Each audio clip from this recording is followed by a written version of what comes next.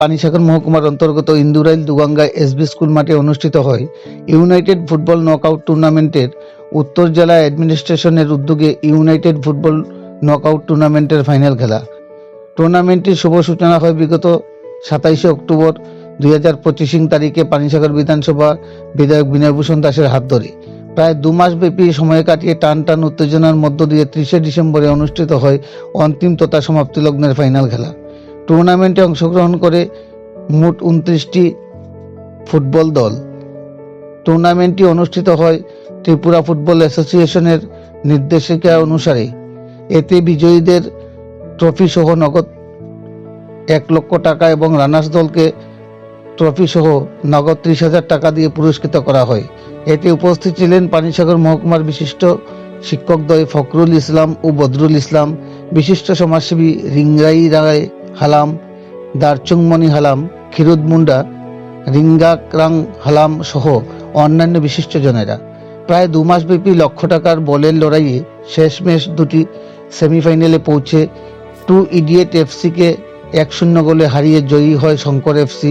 অপর একটি সেমিফাইনালে রাহুমসরা এফসিকে 2-0 গোলে হারিয়ে জয়ী হয় টু ব্রাদার্স এফসি।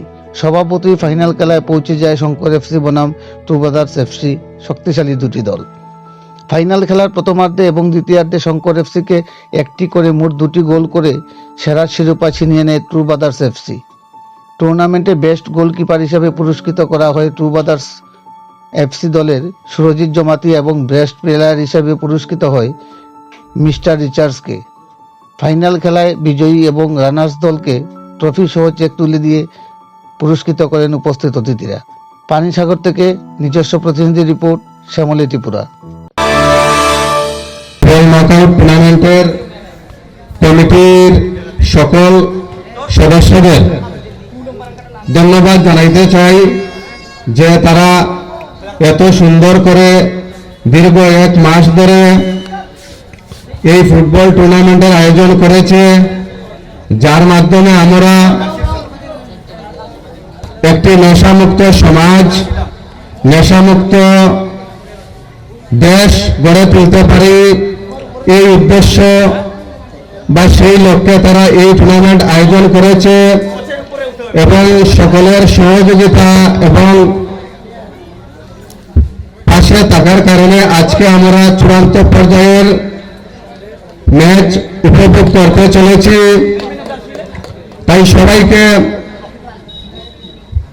সম্পূর্ণ সময় মাঠের মধ্যে উপস্থিত থেকে এই খেলাটিকে সুন্দর এবং সাফল্যমণ্ডিত করে তুলতে সবাই সহযোগিতা করবেন এবং